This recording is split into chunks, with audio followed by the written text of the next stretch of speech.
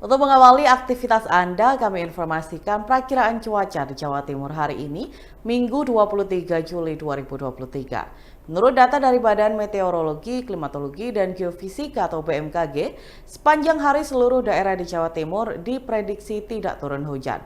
Cuaca akan bervariasi mulai cerah hingga berawan tebal. Daerah terpanas di Jawa Timur dengan suhu maksimal 33 derajat Celcius jatuh pada kota Surabaya.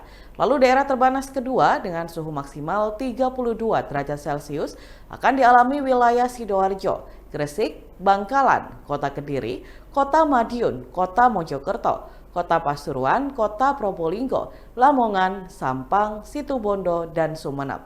Selanjutnya, daerah terdingin dengan suhu terendah 15 derajat Celcius jatuh pada daerah Batu.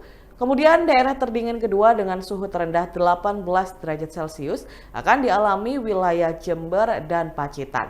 Sementara suhu terendah di Kota Malang mencapai 19 derajat Celcius dan Kabupaten Malang mencapai 20 derajat Celcius. Tribuners, sekian informasi perakiraan cuaca di Jawa Timur hari ini, Minggu 23 Juli 2023. Terima kasih dan selamat berakhir pekan.